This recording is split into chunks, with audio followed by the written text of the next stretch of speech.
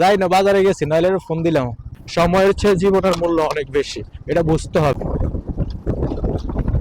এক হচ্ছে রাস্তা খারাপ, তার উপরে সিএনজি বড় বাসগুলা এবং যে গাড়িগুলোই বলেন, সব গাড়িগুলো যেভাবে ড্রাইভ করতেছে এভাবে তো সমস্যা।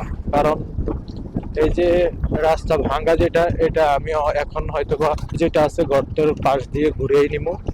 তো এইভাবে সকল ড্রাইভাররা এইভাবে ড্রাইভ করে। তো অনেক সময় দেখা যায় যে খাদের জন্য আমি খাদ ওভারটেক করে পাশে কাইট দিচ্ছি, কিন্তু আমার পাশে একটা গাড়ি আছে আমি দেখলাম না।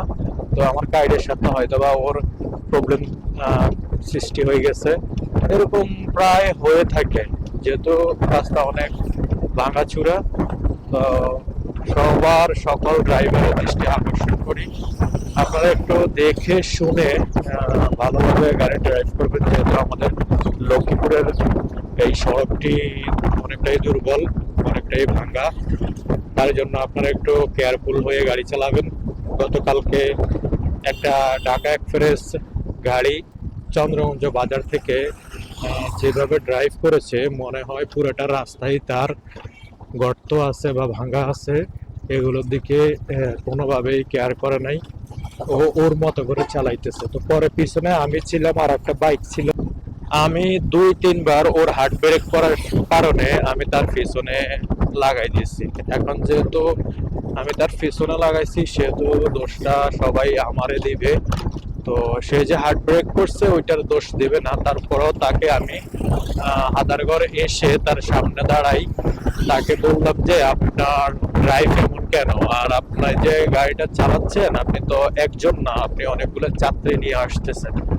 তাহলে আপনি তো এটা ফলো করার দরকার ছিল যে অনেকগুলো জীবন আপনার হাতের মধ্যে, আপনি চাইলে এগুলোকে দুর্ঘটনায় ফেলতে পারেন, আর চাইলে এগুলোকে রক্ষা করতে পারেন এই মানুষগুলোকে। তাহলে আপনি একজন ড্রাইভার হয়ে এতজন আপনার পিছনে আছে, আপনি কিভাবে এত উশৃঙ্খল ভাবে গাড়ি চালান, এটা তো ঠিক না। পরে ভিতরে যে যাত্রীগুলো ছিল ওনারাও বলছে যে ড্রাইভারে ঢাকা থেকে আসা পর্যন্ত এই পর্যন্ত এইভাবে চালাই আসছে।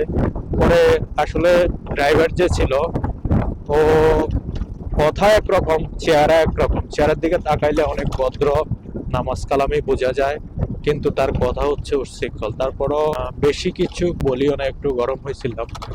কারণ চাই না কারোর সাথে গরম হতে, কারো মনে কষ্ট, অকারণে কষ্ট দিতে।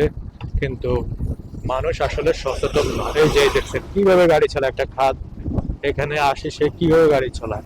এখন রাস্তা যেহেতু প্রবলেম, সেহেতু আপনাকে ভাই ড্রাইভার সাহেব আপনাকে একটু আস্তে ধীরে গাড়ি চালাইতে হইব। সময় যেখানে 10 মিনিট লাগার কথা, সেখানে আপনি 15 মিনিট লাগান না, প্রবলেম কোথায় রে ভাই? সময়ের চেয়ে জীবনের মূল্য অনেক বেশি, এটা বুঝতে হবে। আর আপনি ড্রাইভার, আপনার পিছনে অনেক হবে, শুধু আপনারটা তো না।